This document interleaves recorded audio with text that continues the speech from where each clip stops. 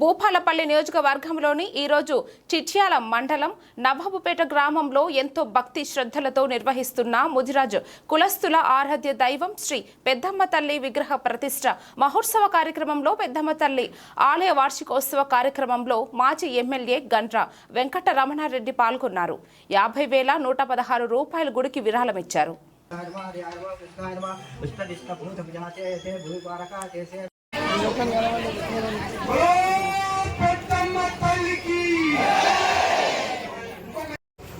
మన గ్రామానికి చేసిన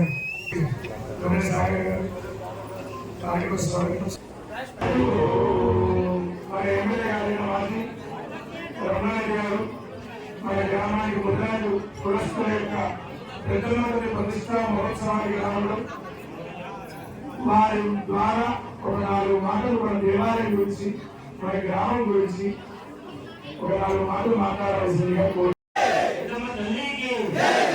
ఈరోజు నవాబుపేట గ్రామంలో ఎంతో భక్తిశ్రద్ధలతో ఆలయాన్ని నిర్మించుకొని అమ్మవారిని ప్రతిష్ఠిస్తున్న సందర్భంగా ఈ కార్యక్రమాన్ని నిర్వహిస్తున్నటువంటి మరి మన ఈ ఆలయాన్ని నిర్మించి ఇప్పుడే అమ్మవారిని ప్రతిష్ఠిస్తున్నటువంటి రిత్వికులందరికీ, అయ్యగారులందరికీ, ఈ గ్రామంలో ఉన్నటువంటి గ్రామ పెద్దలకు, ఆడబిడ్డలకు, మన మండల ప్రముఖులకు, గుజరాత్ సోదరులకు, సోదరులందరికీ కూడా ఉదయపూర్వక నమస్కారం.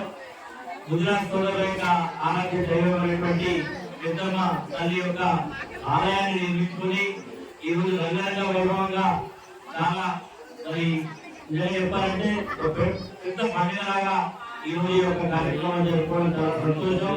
మరి ఎందుకంటే ఈ ప్రాంతంలో ఉండేటువంటి గుజరాత్ సోదరులు నీటిని నమ్ముకుంటే మత్స్య సంపద పెరగడం, దానివల్ల నీకు కూడా కొంత ఆదాయం రావడం జరిగేటువంటిది.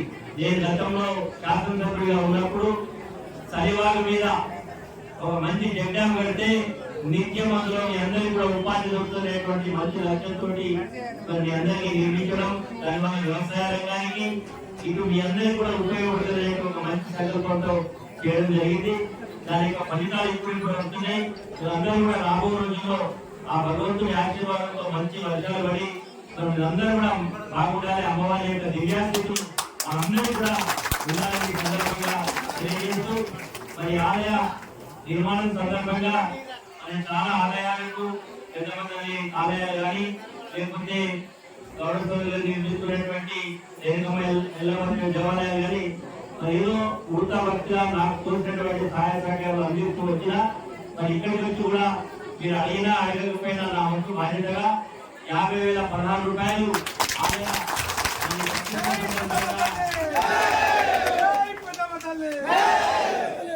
మరి ఇస్తానని మీ అందరూ తెలియజేస్తూ మరి మీ అందరూ కూడా ఎప్పుడన్నా మా అవసరం ఉన్నప్పుడు మీరు కూడా ఇతోధికంగా మీ సహాయ సహకారాలు కూడా అందించాలని కూడా మనస్ఫూర్తిగా అభ్యర్థిస్తున్నాం.